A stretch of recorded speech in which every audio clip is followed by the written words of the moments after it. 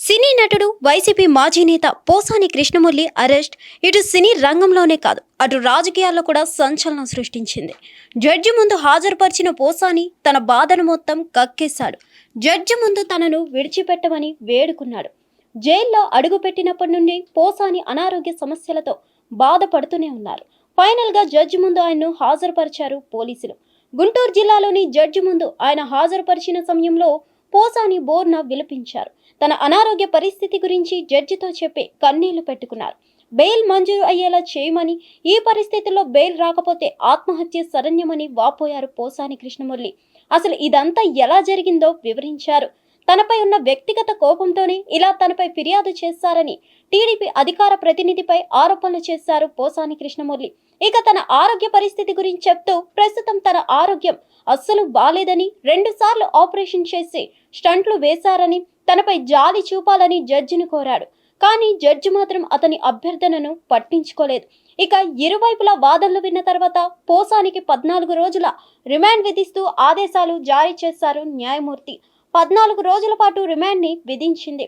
ఈ 14 రోజుల తర్వాత మళ్ళీ ఏ కొత్త కేసు వస్తుందో, మళ్ళీ ఎన్ని రోజులు జైలు జీవితం గడపాలో అంటూ పోసాని కృష్ణమురళి ఆవేదన వ్యక్తం చేశారు.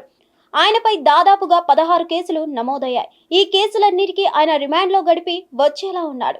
ఆయనపై పోక్సో చట్టం కింద కేసు నమోదైన ఆశ్చర్యపోనక్కర్లేదు. ఒకవేళ అదే జరిగితే పోసానికి ఇక బెయిల్ రావడం కూడా కష్టమే. పోసాని కృష్ణమురళి తరపున మాజీ ఏఏజీ పొన్నవోలు సుధాకర్ రెడ్డి వాదనలు వినిపించారు. మరోవైపు సిఐడి దాఖలు చేసిన పీటీ వారెంట్ను కొట్టివేయాలని పోసాని దాఖలు చేసిన లంచ్ మోషన్ పిటిషన్ను హైకోర్టు కొట్టివేసింది. అలా పోసానికి అనుకూలంగా ఏ తీర్పు రాలేదు. ఇక తెలుగు రాష్ట్రాల్లో పలు చోట్ల పోసాని కృష్ణమురళిపై కేసులు నమోదయ్యాయి. అయినా దాదాపు అన్ని కేసుల్లోనూ ఆయనకు బెయిల్ మంజూరైంది. దీంతో అంతా ఓకే అని, పోసాని రిలీజ్ ఖాయమని కుటుంబ సభ్యులతో పాటు వైసీపీ నేతలు కూడా నమ్మారు.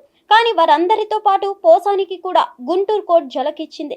మళ్ళీ తనను రిమాండ్కు తరలించింది.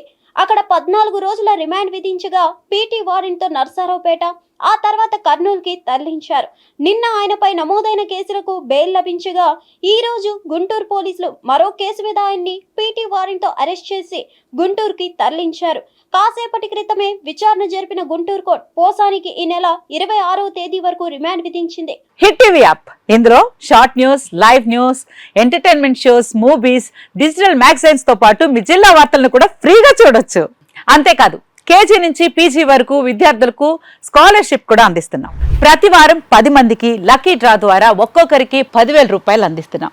ఇంకెందుకు ఆలస్యం, వెంటనే హిట్ టీవీ యాప్ ని డౌన్లోడ్ చేసుకుని ఫ్రీగా ఎంటర్టైన్మెంట్ పొందండి. Hit TV app. Hit TV app. Please download hit TV app. Hit TV app ని ఫ్రీగా డౌన్లోడ్ చేసుకుని ఎంజాయ్ చేయండి. మీకు నచ్చిన ఎంటర్టైన్మెంట్ కోసం హిట్ టీవీ యాప్ ని ఫ్రీగా డౌన్లోడ్ చేసుకుని ఎంజాయ్ చేయండి. హిట్ టీవీ యాప్ ని డౌన్లోడ్ చేసుకుని ఆస్వాదించండి, ఆశీర్వదించండి. ఇంతమంది సెలబ్రిటీలు హిట్ టీవీ యాప్ ని డౌన్లోడ్ చేసుకోండి అని చెప్తున్నారంటే ఎంత మంచి యాప్ ఆలోచించండి. అమెరికా అమెరికా అమెరికా అమెరికాలో చదవాలనుకునే వాళ్ళకి విశ్వసనీయమైన పేరు మన శౌర్య కన్సల్టెన్సీ. UK లో 1 year masters. UK లో 1 year masters. 2 years work permit up to 5 years visa. Contact Saurya Consultancy. Contact 89851 89851.